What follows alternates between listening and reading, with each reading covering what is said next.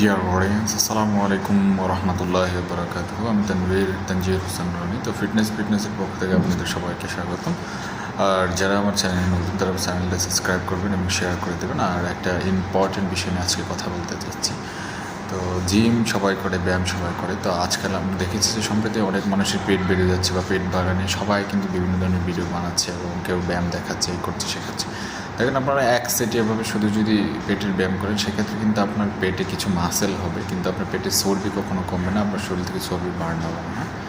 সেই জন্য আপনাকে হলো যে পেটের সাথে সাথে অন্য অন্য ব্যায়ামও করতে হবে, ঠিক আছে? যেমন আপনার বডির অন্য অন্য সাইডগুলো, চেস্ট, ব্যাক, আর্মস, ফোরআর্মস, এগুলো সব কিছুর কাজ করতে হবে। সব কিছু কাজ করে আপনার পেটের ব্যায়াম আসতে হবে। কিন্তু কিছু কিছু মানুষ 2-2.5 ঘন্টা ধরে পেটের ব্যায়াম করছে, কিন্তু সেক্ষেত্রে কিন্তু পেটের ব্যায়াম করলে কিন্তু পেটের চর্বি কমবে না। তো অবশ্যই আপনাকে পেটের সাথে সাথে অন্য অন্য ব্যায়ামও করতে হবে।